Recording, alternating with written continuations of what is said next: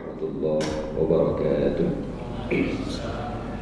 Hamdan wa syukurillah, salatu wa salamun ala rasulillah Sayyidina Muhammad ibn Abdullah wa ala alihi wa ashabihi wa mawala.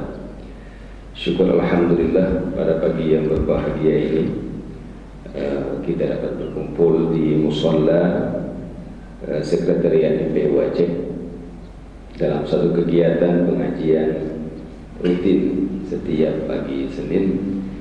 Mudah-mudahan majelis ini akan mendapatkan rahmat dan kita mendapatkan manfaat bersama di sisi Allah Subhanahu wa Ta'ala. Dalam hal ini, pada pagi yang berbahagia ini, saya akan mencoba membahas sedikit tentang hal yang berkaitan dengan kepribadian baginda Rasulullah Sallallahu Alaihi Wasallam, atau tepatnya adalah berbagai pandangan-pandangan tentang bagaimana hukumnya ketika kita mengucapkan sholawat kepada baginda Rasulullah, dan apakah itu sudah dianggap bahwa kita terlalu menghormati beliau sehingga barangkali terkesan seakan-akan bahwa penghormatan tersebut menyamakan kedudukan beliau dengan Allah Subhanahu wa Ta'ala.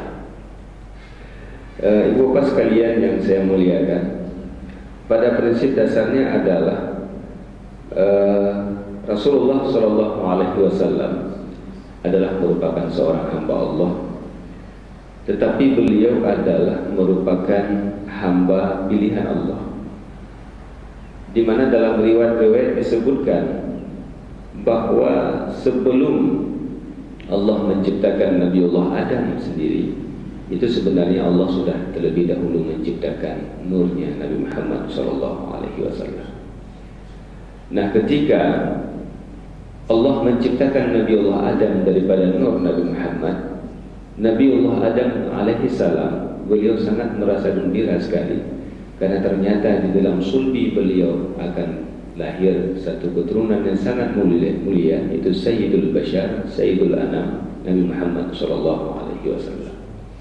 Jadi ini adalah merupakan suatu kebahagiaan tersendiri bagi Nabiullah Adam alaihi salam. Artinya Nabi Muhammad sallallahu alaihi wasallam, beliau juga merupakan manusia, tapi beliau merupakan manusia pilihan Allah Subhanahu wa Ta'ala. Dari seluruh para nabi-nabi dan para rasul yang diutus oleh Allah Subhanahu wa Ta'ala, maka Nabi Muhammad sallallahu alaihi wasallam lah yang merupakan asyraful anbiya, nabi yang paling mulia dan bahkan merupakan makhluk pilihan Allah. Sehingga dalam satu hadis qudsi yang mungkin sudah sering kita dengar, Allah Subhanahu wa Ta'ala menyatakan dalam satu firman-Nya dalam hadis qudsi, laulaka ya Muhammad lama khalaqtul aflak. Kalau bukan karena kamu hai Muhammad, diulang lagi, kalau bukan karenamu ya Muhammad lama khalaqtul aflak, maka sungguh aku tidak akan menjadikan langit dan alam semesta ini. Artinya ini sebagai sebuah gambaran daripada Allah, bukan bermaknakan Allah tidak mampu menciptakan alam ketika tidak ada Nabi Muhammad, tetapi artinya apa? Begitu mulianya Nabi Muhammad SAW, maka seandainya tanpa beliau, rasa-rasanya alam semesta ini tidak akan menjadi makna apapun. Sehingga dalam hadis-hadis, dalam ayat Al-Quran juga Allah berfirman, wa ma arsalnaka illa rahmatan lil alamin, dan tidak kami utuskan engkau ya Muhammad melainkan kamu menjadi rahmat bagi sekalian alam. Jadi rahmatnya Nabi Muhammad SAW ini ternyata tidak hanya ketika beliau masih hidup. Allah tidak membatasi rahmatnya Nabi Muhammad selama beliau masih hidup. Wa ma arsalnaka illa rahmatan lil alamin. Kamu akan menjadi rahmat bagi sekalian alam sepanjang masa, selama alam ini masih ada, selama itulah kamu menjadi rahmat bagi alam ini. Artinya hari ini ketika kita hidup di satu masa di mana baginda Rasulullah telah wafat 1400 tahun yang lalu, bukan bermakna kita tidak akan mendapatkan rahmat lagi daripada baginda Rasulullah sallallahu alaihi wasallam. Maka disinilah kenapa banyak hadis-hadis yang menyebutkan, di mana Allah Subhanahu wa Ta'ala juga pernah mengatakan bahwa barang siapa yang bersalawat kepada Rasulullah, shallaitu alaihi, kata Allah, aku juga akan bersalawat kepadanya. Kita mengucapkan salawat, Allahumma shalli ala sayyidina wa maulana wa habibina Muhammad sallallahu alaihi wasallam. Maka ternyata ketika itu Allah pun bersalawat kepada kita. Artinya apa? Sekalipun Rasulullah sudah meninggal dunia, sekalipun Rasulullah sudah wafat, namun kita masih bisa memperoleh rahmat. Sebagaimana difirmankan Allah, wa ma arsalnaka illa rahmatan lil alamin. Kita masih bisa memperoleh rahmat tersebut. Salah satunya adalah dengan memperbanyakkan salawat kepada baginda Rasulullah, maka Allah akan mencurahkan salawatnya atau rahmatnya kepada kita. Jadi kalau dalam bahasa kita, kalau salawat itu datangnya daripada Allah, itu maknanya rahmat. Kalau salawat dinisbahkan kepada para malaikat, itu maknanya istighfar. Kalau salawat dinisbahkan kepada kita manusia, itu maknanya doa. Nah, apa makna kita bersalawat? Artinya kita berdoa. Apa maknanya malaikat bersalawat? Innallaha wa malaikatahu yusalluna 'alan nabi ya ayyuhalladzina amanu sallu 'alaihi wa sallimu taslima. Di sini ada 3 yang bersalawat. Pertama, innallaha, Allah bersalawat, wa malaikatahu, para malaikat juga bersalawat, ya ayyuhalladzina amanu sallu alaihi, orang-orang yang beriman juga bersalawat sebagaimana perintah Allah Subhanahu wa taala. Tapi makna salawat ini akan berbeda-beda ketika lain nisbahnya. Kalau makna salawat ini, kalau salawat ini dinisbahkan kepada Allah, itu maknanya rahmat. Maka kalau Allah bersalawat kepada baginda Rasul, itu maknanya Allah senantiasa mencurahkan rahmatnya kepada baginda Rasulullah sallallahu alaihi wasallam. Nah, kalau kita bersalawat kepada baginda Rasulullah, shallaitu alaihi, kata Allah, aku pun akan bersalawat kepadanya. Artinya apa? Kita akan diberikan rahmat oleh Allah Subhanahu wa taala. Ya. Demikian juga kalau para malaikat pun bersalawat kepada Allah, itu maknanya malaikat mengucapkan istighfar. Sekalipun Rasulullah tidak melakukan dosa apapun, sekalipun seorang Rasul maksum, beliau aman daripada dosa. Jangankan dosa besar, dosa kecil pun tidak pernah beliau lakukan. Maka makna istighfar ini akan bermaknakan tingginya maqam dan martabatnya Rasulullah SAW. Sama bandingannya ketika kita terjadi dapat musibah misalnya. Musibah itu punya berbagai makna. Kalau musibah itu terjadi karena barangkali sebelumnya kita melakukan perbuatan dosa, maka ulama menafsirkan musibah itu menjadi kafarah bagi dosa yang kita lakukan. Ya, karena Allah Maha Adil. Allah tidak akan menyiksa seseorang yang sudah disiksa di dunia. Makanya kalau ada orang yang dirajam, hudud ditegakkan, ya, ketika dia melakukan suatu perbuatan dosa di dunia, apakah dia melakukan zina, mencuri dan sebagainya, ditegakkan hudud, maka Allah Maha Adil, beliau tidak akan disiksa nanti di hari akhirat karena dia sudah mendapatkan siksaan sewaktu hidup di dunia. Ya. Artinya istighfar yang dilakukan oleh para malaikat ini ada kalanya untuk meningkatkan martabat ataupun meninggikan martabat orang yang bersangkutan. Demikian juga ketika musibah yang Allah berikan kepada kita, musibah tersebut tidak didasari apapun. Kita tidak melakukan dosa, kita beribadah kepada Allah, maka musibah ini sebenarnya hakikatnya adalah Allah ingin mengangkat martabat kita, tapi dengan catatan kita sabar atau tidak terhadap musibah yang Allah berikan. Jadi musibah ini punya berbagai makna, ya. Dan kita kan disunatkan berdoa ketika musibah, apapun musibah. Selalunya kita kalau ada orang meninggal, baru kita mengucapkan inna lillahi wa inna ilaihi raji'un. Itu akan kita ucapkan kalau orang meninggal. Tapi menyebut dalam-dalam anak token katanya. Ya, tengah dajak-dajak, aku tuh kalau bahaya dajak ni, ya, tidak pernah kita mengucapkan itu. Padahal sama juga, itu musibah juga, ya. Jadi setiap kejadian musibah kita diperintahkan untuk mengucapkan itu. Bahkan ditambahkan lagi oleh Imam Al-Ghazali, inna lillahi wa inna ilaihi raji'un, Allahumma a'tina fi musibatina hadha ajran wa aqibna khairan minha. Ya Allah, berikan pahala kami, ya Allah, pada musibah kami ini, dan gantikan dengan yang lebih baik daripada ini. Itu disuruh tambahkan lagi setelah kita mengucapkan inna lillahi wa inna ilaihi raji'un. Ya. Jadi kalau mati lampu misalnya musibah, ya, kita sunat baca doa tersebut. Kalau misalnya kita kejadian di jalan bocor ban Honda dan sebagainya, musibah, maka kita sunat mengucapkan inna lillahi wa inna ilaihi raji'un. Allahumma atina ajran fi musibatina hadza wa aqibna khairan minha. Sunat kita baca itu semua. Artinya apa? Ya Allah, musibah yang kau berikan, berikan pahala kepadaku ya Allah, dan gantikan dengan yang jauh lebih baik daripada apa yang kau berikan ya Allah. Ya. Jadi dalam agama banyak hikmah-hikmah ketika kita dihadapkan dengan berbagai persoalan. Ada kalanya memang sebagai pengampunan, kafarah terhadap dosa yang barangkali tanpa kita sadari telah kita lakukan. Ada kalanya itu adalah sebagai jalan bagi Allah untuk mengangkat dan meninggikan martabat kita di sisi Allah ketika kita bisa bersabar terhadap sebuah musibah. Ya. Orang kalau kita mau lihat, mau dekat atau tidak dengan Allah, itu ujian awalnya dengan musibah. Ya. Kalau lagi senang-senang kita nggak tahu kita dekat nggak dengan Allah. Tapi ketika kita dihadapkan dengan sebuah musibah, kita sabar atau enggak? Kalau kita nggak sabar dan meraduh dengan musibah, berarti kita belum dekat dengan Allah. Tapi kalau ketika dihadapkan dengan musibah, kita biasa saja, kita tegar dan kita tabah, ini berarti kita sudah dekat dengan Allah. Dan kita sadar bahwa nikmat selama ini adalah pemberian Allah. Ketika diambil kembali, itu adalah merupakan hak Allah Subhanahu wa Ta'ala. Nah, berkaitan dengan kepribadian Rasulullah juga demikian. Makanya malaikat pun berselawat dengan arti mengucapkan istighfar. Dan kita juga berselawat kepada baginda Rasulullah dengan makna kita berdoa kepada Allah agar senantiasa melimpahkan rahmat dan ta'zimnya kepada baginda Rasulullah sallallahu alaihi wasallam. Nah, ketika seseorang melakukan selawat seperti ini, bukan bermaknakan bahwa kita sudah menyetarakan baginda Rasulullah. Kalau bahasa orang sekarang didewa-dewakan sedemikian rupa. Tidak, ya.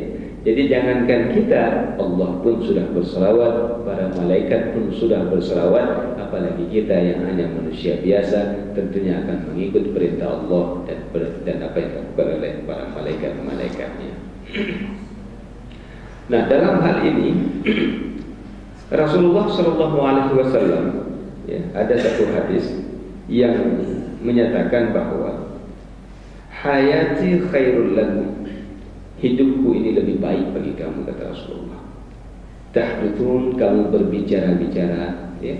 Kalau Rasulullah masih hidup kan kita bisa berbincang-bincang dengan baginda Rasulullah, ya. Wa yuhdatsu lakum, dan juga nanti akan bisa dikisahkan kepada orang lain, ya.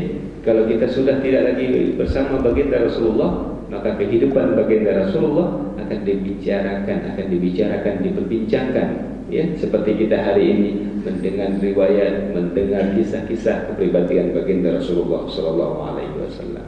Menyisip, ya, enggak jelas. Ya. Jadi tentunya kita menjadi sebuah kebahagiaan ketika kita diakui status kita sebagai siapa kita sebenarnya. Ini diberikan oleh Allah kepada Nabi Muhammad.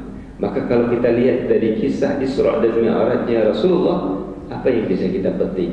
Sebenarnya kalau seseorang itu sudah sampai makamnya kepada sebuah makam sebagai hamba Allah yang sejati, sebagai Abdullah yang terus berubudiyah kepada Allah dalam segala tindak tanduknya. Jadi jangan ubudiyah ini ditafsirkan harus duduk di musala, bukan. Setiap langkah kita, setiap apapun yang kita lakukan, hati kita senantiasa ingat kepada Allah. Hati kita senantiasa mengharapkan bahwa yang kita lakukan ini ikhlas karena Allah, menjadi ibadah kepada Allah. Apapun bentuk itu, ya, bada ku'u biji ibadah, beda pegaji bada takunku bisa menjadi ibadah ketika nasi yang kita masak adalah dengan tujuan untuk memperkuat tubuh kita dalam beribadah. Ini yang perlu kita tanamkan dalam hati kita. Langkah kita ke kantor, kita kemana saja, saya mau cari nafkah untuk anak-anak saya, ya Allah, agar saya punya kekuatan untuk membimbing mereka, memberikan pendidikan kepada mereka. Maka setiap apapun yang kita kerjakan akan dinilai sebagai ibadah, sebagai ubudiyah kita kepada Allah Subhanahu wa Ta'ala. Nah, ketika seorang hamba sudah diakui sebagai Abdullah, sudah diakui sebagai hamba Allah, maka dia pasti akan diundang untuk bertemu Allah. Sebagaimana Rasulullah diundang oleh Allah untuk bertemu Allah, namun ketika beliau sudah mendapatkan pengakuan sebagai Abdullah. Jadi makanya tidak heran kalau kita melihat para ulama-ulama, para waliullah, mereka kasyaf, mereka bisa melihat kehebatan Allah, mereka bisa mendapatkan segala macam kelebihan-kelebihan. Ulun zaman anak berlekapai ke jauh Mekah, dengan subhanallah mereka sudah sampai ke kota Mekah. Ulun zaman anak payah berpegah nyuji, ya. Ilmu nalur dengar, saya pernah mendengar sebuah kisah, wallahu a'lam afsah atau tidak, tapi kisah di tanah Melayu saya dengar di Malaysia. Itu ketika peperangan mereka melawan kafir, ya, melawan kafir termasuk Cina, ada insiden, ada semacam peperangan ketika itu antara Melayu dengan orang-orang Cina. Itu orang tua-tua di sana menyebutkan bahwa dengan zikrillah pedang-pedang yang sudah diletakkan di hadapan itu berangkat sendiri ke medan perang, ya, hebat kelebihan. Kalau kita mungkin pedang itu harus kita bawa sendiri untuk berperang, tapi tidak, ketika dia sudah dekat dengan Allah, kun fayakun, maka dengan izin Allah semua ini adalah makhluk, iradah Allah dia untuk pergi, dia bisa berangkat walaupun yang pemiliknya masih duduk berzikir kepada Allah. Ini bisa dilakukan, namun ini tidak akan kita peroleh kalau predikat Abdullah itu belum pernah kita sandang. Ketika predikat Abdullah ini jauh daripada kehidupan kita, kita masih mementingkan kepentingan-kepentingan pribadi kita tanpa teringat kepada kebesaran Allah Subhanahu wa taala.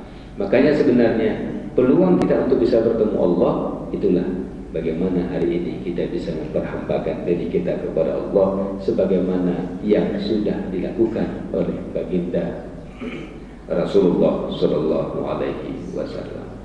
Jadi barangkali ya, ini yang ingin saya sampaikan sejenak. Mungkin ada tanya jawab di antara kita, ya. Dan mungkin saya ingin memberikan sedikit masukan kalau memang kita konsentrasinya kepada akidah. Mungkin saya akan bawa satu kitab khusus nanti yang kita baca berbab bermasalah. Karena saya melihat bahwa pengajian kita ini sebenarnya harus lebih bisa betul-betul membuka cakrawala kita tentang bagaimana akidah yang sebenarnya.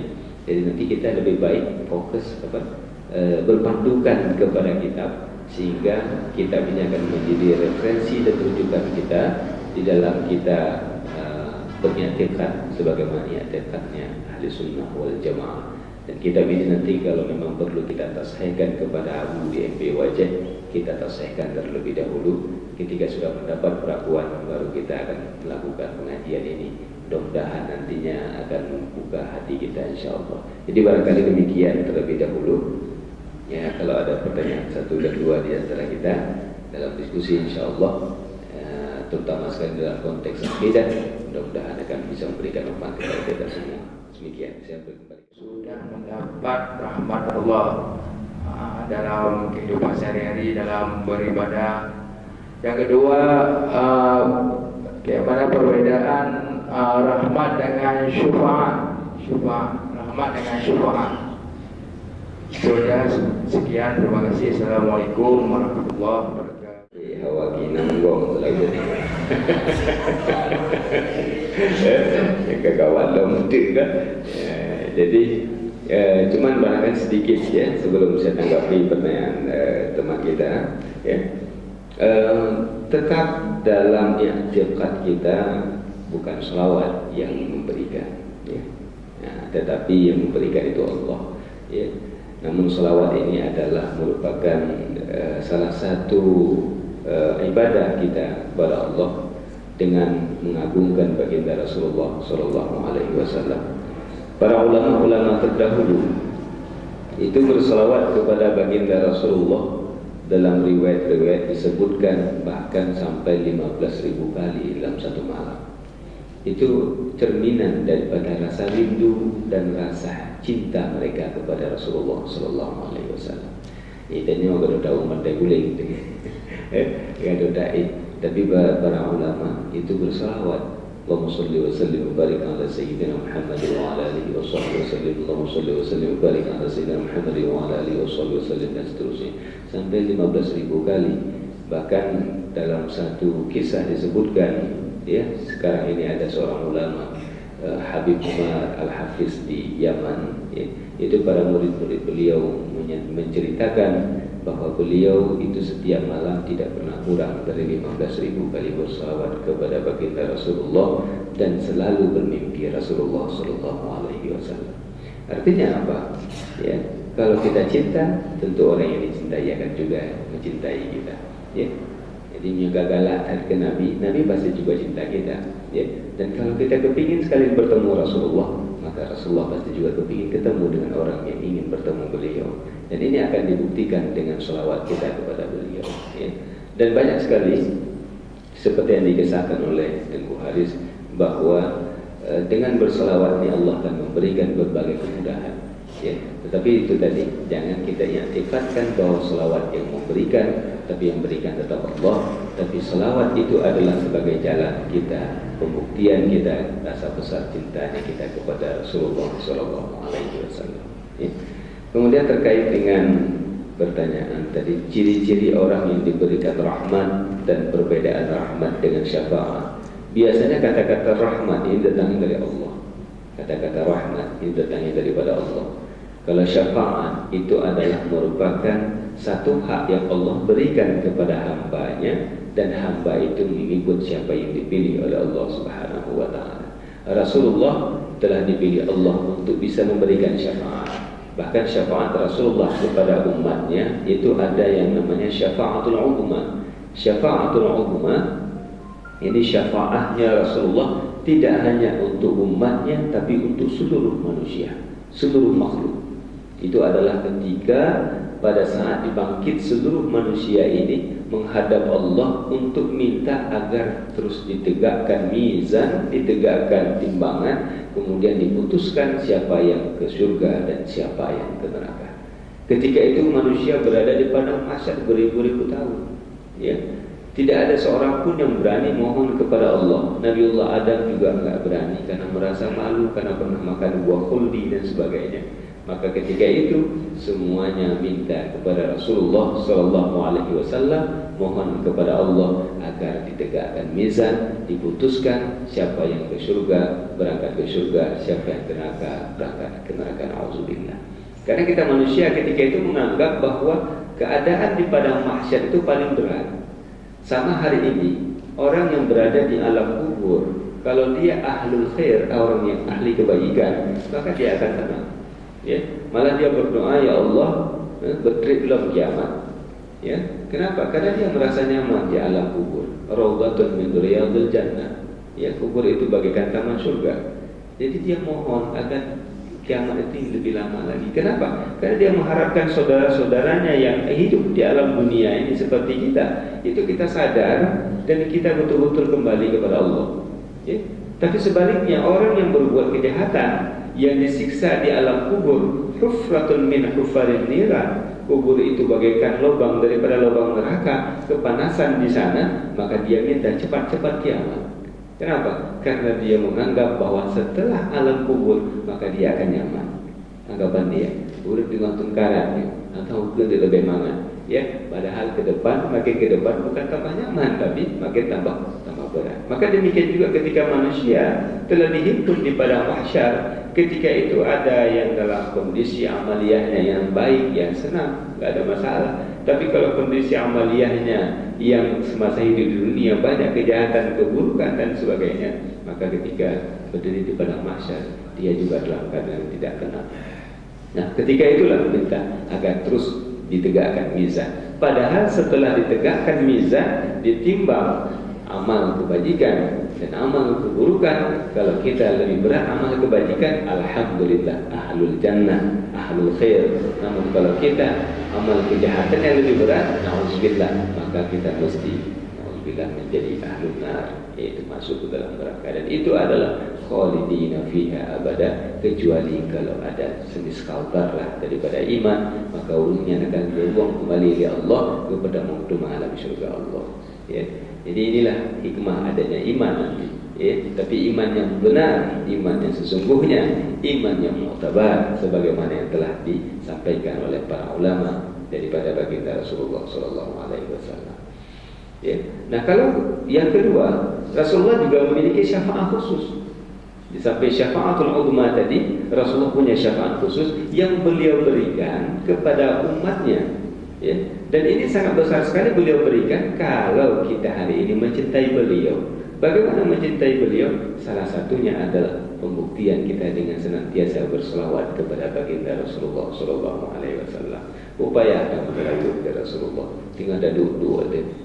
Tirang umat jaro ngurung. Malah dalam riwayat disebutkan kalau kita mau tidak diribah oleh orang lain, kalau kita mau tidak diupat oleh orang lain, ketika Anda bangun dan duduk, mulailah dengan berselawat kepada baginda Rasulullah sallallahu alaihi wasallam. Bantadu Allahumma shalli wa sallim ala sayyidina Muhammad. Tabaddah Allahumma shalli wa sallim wa barik ala sayyidina Muhammad. Ini insyaallah orang enggak akan tergerak hatinya untuk mencaci kita, untuk memburuk-burukkan kita. Walaupun ini bisa saja terjadi, tapi tidak akan maksimal.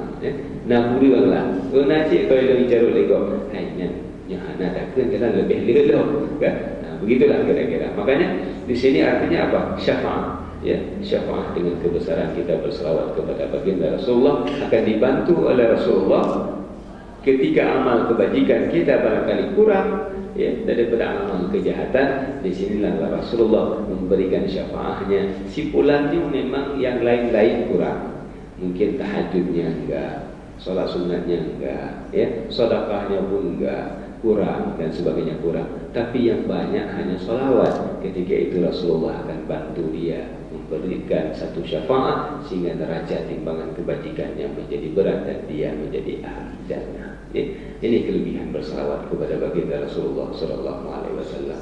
Kita banyak kekurangan hari ini. Sholat tahajud tidak.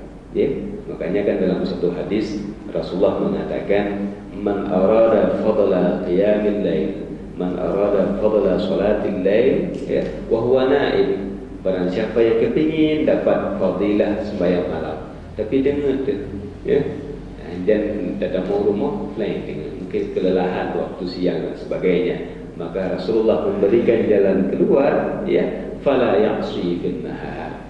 Ini sebagai apa? Istilahnya untuk menyetarakan. Kalau udah enggak sholat malam, mungkin karena kita tertidur, fala ya'si bin nahar, kata Rasulullah. Jangan buat maksiat waktu siang.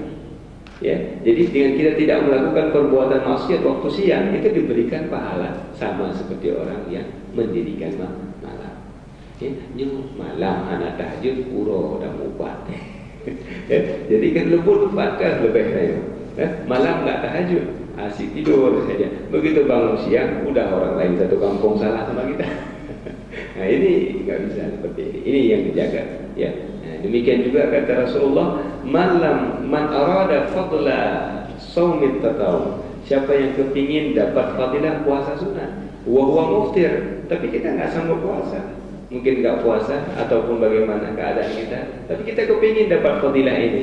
Kata Rasulullah, falyahfaz lisanah, maka hendak dia menjaga lidahnya. Artinya apa? Kita menjaga lidah kita, tidak melakukan berdusta, tidak berbuat dusta, tidak memfitnah orang lain, tidak mengupat orang lain. Jaga lidah. Saya rasa sebenarnya kalau mau dijaga mudah lidah, ya, tapi nggak mau dijaga, dibiarkan dia ngomong apa yang dia mau. Ya, ini kata Rasulullah, itu menjaga lidah akan diberikan sama seperti pahalanya orang yang senantiasa puasa sunnah. Ya, jadi karena ada puasa, mulai lidah dipuasa. Perutnya enggak puasa, sekurang-kurangnya lidahnya yang puasa. Puasa dalam arti tidak melakukan, tidak mengucapkan perbuatan yang tidak baik. Ya. Jadi inilah artinya beberapa syafaat yang diberikan. Tapi kalau rahmat itu senantiasa datangnya daripada Allah Subhanahu wa taala. Rahmat ini bermaknakan karunia Allah. Makanya sebenarnya segala sesuatu yang diberikan itu dinamakan dengan nikmat, dengan karunia, dengan rahmat. Ya. Di rahmat ini pemberian Allah, dan rahmat ini akan bisa dicabut ketika seseorang tidak bersyukur. La in syakartum la azidannakum wa la in kafartum inna 'adzabi lasyadid. Ya. Dan yang kedua, kalau kita ingin melihat ahlul khair, ya, atau orang yang mendapatkan rahmat Allah ini diistilahkan dengan ahlul khair, ya, orang-orang kebajikan. Sebenarnya ad-dhahir, ya, zahiriyah ini tadullu 'alal batin. Ya, ini bisa menjadi sebuah dalil terhadap perbuatan batin. Ya, Jadi kita ingin, memang nggak boleh mengukur orang secara zahir, nggak boleh dilihat orang secara zahir. Tetapi untuk kita sendiri, kita bisa mengukur diri kita secara zahir. Jadi kalau pada zahirnya dia sudah ahlul khair, sudah berbuat kebajikan, perintah Allah lakukan, kemudian yang maksiat ditinggalkan, ini bisa mudah-mudahan menjadi dalil bahwa dia adalah ahlul khair insyaallah pada hari akhirat. Menyuruhnya memang kamri wi wi dia juga ya. Saya kamat di kamangan. Saya taat gelisah. Ayo juga ya. Jadi ketika kita merasa nyaman dengan perbuatan maksiat, tapi kita merasa beban berat ketika melakukan ibadah, nah ini hati-hati. Ya, malam-malam badan yang bakar lagi ulun ya Allah. Ya, badan yang baru ya malam-malam. Tapi kalau kita masih merasa lazat dengan ibadah, ketika baca Quran masih tenang, masih indah, ketika sholat masih senang, ketika puasa, ya, ketika melakukan perbuatan maksiat sekali-kali kita manusia tumbuhlah maksiat, susah kita gelisah. Nah, ini tanda kita masih baik. Ini tanda ahlul khair. Ya. Jadi itu bisa diukur sendiri, jangan ukur orang lain. Ternyata bapak-bapak ada lagi dan lu ukur saja, tapi pun. Ya. Jadi yang kita perlu melihat orang lain. Ya. Jadi kita bagaimana hari ini adalah melihat diri kita. Ya, jadi hasibu anfusakum qabla an tuhasabu. Muhasabah diri. Maka sebenarnya sebaiknya itu kalau bisa kita lakukan, ya, itu di waktu malam sebelum tidur coba berdoa ya. Mulai dari bangun tadi subuh, sholat enggak saya? Oh saya enggak sholat berarti merah subuhnya. Ya, oh saya sholat berarti lancar. Ya, setelah itu apa yang saya lakukan? Kan kita bisa ingat dari subuh sampai mau tidur, masih ingat kita. Memori kita masih kuat ketika itu. Coba kita bertrompet sampai tidur. Kira-kira ketika kita banding banyak mana syar atau khair? Kalau banyak syar, ini jangan tidur sebelum Anda bertaubat. Takut-takut kita meninggal dalam tidur tersebut, maka berarti kita tidur dalam keadaan atau meninggal dalam keadaan belum bertaubat. Tapi kalau banyak kebajikan, alhamdulillah, ucap syukur kepada Allah, tidurlah kita. Mudah-mudahan kita memang sudah tidur dalam keadaan diridai Allah Subhanahu wa taala. Jadi hina sebenarnya hasibu anfusakum qabla an tuhasabu. Coba kamu hisab diri kamu sebelum kamu dihisab oleh Allah nanti di hari akhirat. Hari hisab oleh Allah tengok. Dah jauh mendijak interogasi sepeda orang mudah enggak ada kan? Bukan. Yang tingkat manusia dengan manusia apalagi dengan Allah Subhanahu wa taala. Mungkin demikian yang bisa saya. Asal ukur yang ingin kami tanyakan pertama kepada orang-orang yang katakanlah dia tauhid pada masanya itu, tetapi dia belum memiliki peradaban pada kala itu dan tutuplah usia. Kemudian kepada umat Nabi Muhammad yang kita sudah pahami, tentu Allah yang Maha Agung telah menciptakan langit dan bumi beserta seluruh para malaikat yang kita nggak bisa menghitungnya, karena besok akan lahir satu orang, tentu akan ada malaikat pendampingnya lagi, besok lagi dan besok lagi. Yang ingin kami tanyakan, bagaimana dengan orang-orang yang tidak memiliki peradaban pada masa itu? Salam ke langit dengan diangkatnya Rasulullah Sallallahu Alaihi Wasallam menjadi Rasul, itu lebih kurang ada masa hampir 500 tahun. Ya, jadi begitu panjangnya masa yang dalam tarikh disebutkan dengan zaman fatarah. Zaman fatarah ini artinya masa di mana mereka tidak dihadirkan rasul-rasul untuk memberikan syariat kepada mereka. Maka zaman fatarah ini adalah masa di mana Allah membebaskan mereka. Ya, kenapa? Karena tidak datang rasul. Ya, dan para rasul-rasul terdahulu itu selalu diutuskan untuk kaum yang hidup di sana. Ya, sehingga ketika penduduk Mekah seperti neneknya baginda Rasulullah Sallallahu Alaihi Wasallam yang beribadah mengikut kepada agamanya Nabiullah Ibrahim alaihissalam ketika itu, karena memang antara pada masa tersebut antara Mekah dengan Palestina, yang di sana tempatnya Nabiullah Isa alaihissalam, itu merupakan jarak yang sangat jauh dan tidak sampai syariat beliau ke kota Mekah. Ya. Sehingga Nabiullah Ibrahim dalam sejarah disebutkan itu untuk berangkat dari Palestina ketika beliau membawa Siti Hajar dan Nabiullah Ismail alaihissalam menghabiskan waktu sampai 6 bulan perjalanan ketika itu menggunakan jalan darat. Ya. Projek ulun kerja mudah, yang Cina mungkin sudah teknologi canggih sehingga waktu yang seharusnya lebih besar dihabiskan bisa dipersingkat dengan kecepatan teknologi. Tapi tidak pada masa tersebut, sehingga ya, informasi yang ada ataupun kerasulan yang ada di Palestina, yaitu dari Nabiullah Isa alaihissalam, ini tidak dirasakan oleh penduduk yang hidup di kota Mekah ketika itu. Dan ketika tidak datangnya syariat, maka penduduk yang tidak sampai syariah inilah yang dikatakan dengan fatarah, mereka diberikan kebebasan. Ya, kebebasan ini tidak dihukumkan sebagai ahlul maksiat, ya, tidak dihukum sebagai orang-orang yang tidak beriman, tapi mereka adalah ahlul khair yang mereka diberikan kebebasan. Berbeda halnya ketika telah lahirnya baginda Rasulullah, beliau diangkat menjadi seorang rasul. Maka ketika kerasulan baginda Rasulullah Muhammad SAW telah dideklarasikan ketika beliau berumur 40 tahun, maka pada saat itu semua penduduk Mekah sudah diwajibkan untuk beriman kepada Allah dan Rasul Muhammad SAW. Nah, saat inilah barulah orang-orang kafir Quraisy yang mereka masih tidak mau beriman, sementara sudah datangnya risalah, sudah datangnya Rasul yang membawa risalah, yang memperkenalkan syariah, mereka belum juga mau beriman. Ketika itu baru mereka dicap sebagai kafir yang tidak beriman kepada Allah. Nah, kalau hari ini misalnya, ya, ada di kutub utara di sana, ya, nggak pernah nyampe apapun syiar. Ya, informasi nggak ada, apapun tidak pernah ada, hidup mereka di hutan tanpa informasi sama sekali, itu mungkin mereka tergolong dalam fatarah. Ya. Tapi kalau sudah sampai informasi, mereka tidak mau juga beriman, ya, dan mereka tidak mau mengkaji. Nah, ini baru mereka dilabelkan dengan kafir. Kenapa? Karena kita manusia, apakah orang beriman atau orang kafir, semuanya diberikan akal oleh Allah. Dengan akal ini sebenarnya, sebagaimana Nabi Ibrahim, beliau terus mencari siapa sebenarnya Allah, siapa sebenarnya Allah, terus mencari dengan akal yang telah Allah berikan. Falamma ra'aitul qamar, ketika aku melihat bulan, oh ini bukan, ya. Ketika aku melihat matahari, kata Nabi Ibrahim, oh ini juga bukan, karena dia akan hilang dan sebagainya. Artinya dia terus bertanya dan mencari dan terus mencari. Gak mungkin alam ini terjadi dengan sendirinya, pasti ada Khaliq, pencipta yang menciptakan alam yang sangat sistematis seperti ini.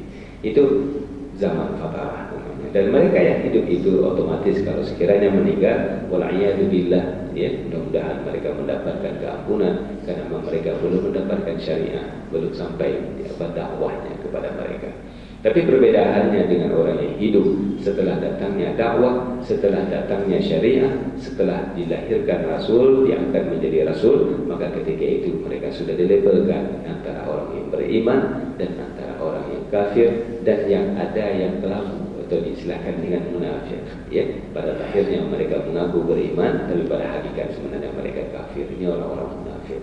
Ya, jadi azab kubur, ya kalau beriman, ya insyaallah dihindarkan. Tapi kalau orang kafir tentu dia akan mendapatkan azab kubur. Ya. Kemudian mengenai paramat, ya itu jelas bahwa setiap insan yang dilahirkan, maka ini adalah biiznillah tentu akan diciptakan malaikat yang menjadi pendamping hidup.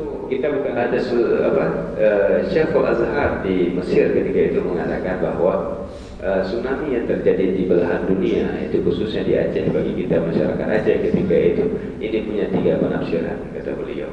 Nah, bagi orang-orang yang ketika sebelum terjadi tsunami dia ahlul ibadah, ahlul ta'ah, ahlul khair, maka tsunami tersebut adalah merupakan sebagai ujian ataupun musibah bagi beliau, ya. Tetapi sebaliknya, bagi orang-orang yang sebelum terjadinya tsunami dia ahlu syar, melakukan kejahatan, melakukan perbuatan-perbuatan yang tidak baik, bahkan manakala malamnya melakukan perbuatan-perbuatan yang bertentangan dengan syariat, maka berarti tsunami itu menjadi bala bagi beliau. Ya, kenapa? Karena dia orang jahat, maka berarti disebah kepada orang jahat, disilahkan dengan bala. Ya. Tapi kalau disebahkan kepada ahlul khair, disilahkan dengan musibah atau cobaan. Tapi sebaliknya, bagi kita yang masih hidup, yang kita melihat fenomena tsunami, melihat bagaimana kejadian musibah tsunami, maka tsunami itu menjadi mau'izah, menjadi pengajaran bagi kita.